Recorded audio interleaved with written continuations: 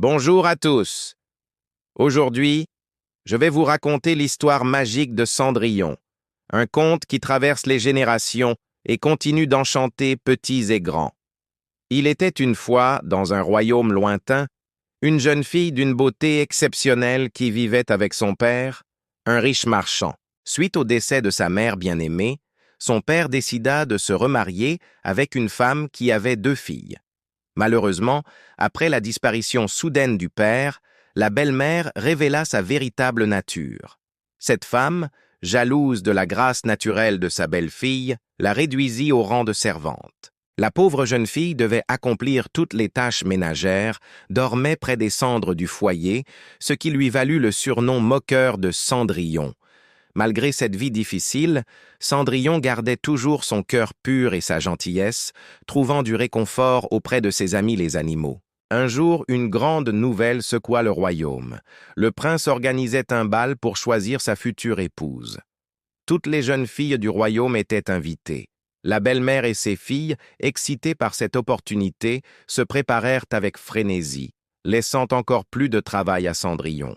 Bien que Cendrillon ait terminé toutes ses corvées et confectionné de jolies robes pour ses demi-sœurs, sa belle-mère lui interdit d'aller au bal. Le cœur brisé, Cendrillon se réfugia dans le jardin pour pleurer.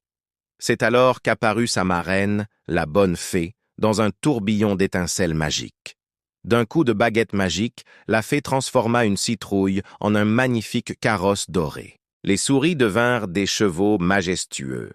Un rat se métamorphosa en cocher et les lézards en valets de pied. Puis, elle offrit à Cendrillon une robe éblouissante et des pantoufles de verre, si délicates qu'elles semblaient tissées de lumière. Cependant, la magie avait une limite. Tout redeviendrait normal au 12e coup de minuit. Cendrillon promit de rentrer avant l'heure fatidique et partit pour le bal. À son arrivée au palais, tous les regards se tournèrent vers cette mystérieuse inconnue. Le prince, immédiatement charmé par sa grâce et sa beauté, ne dansa qu'avec elle toute la soirée. Cendrillon était si heureuse qu'elle en oublia presque le temps qui passait. Quand l'horloge commença à sonner minuit, elle s'enfuit précipitamment, perdant une de ses pantoufles de verre dans sa course. Le prince, désespéré de voir partir celle qui avait volé son cœur, ramassa le précieux soulier et décréta qu'il épouserait celle qui pourrait le chausser.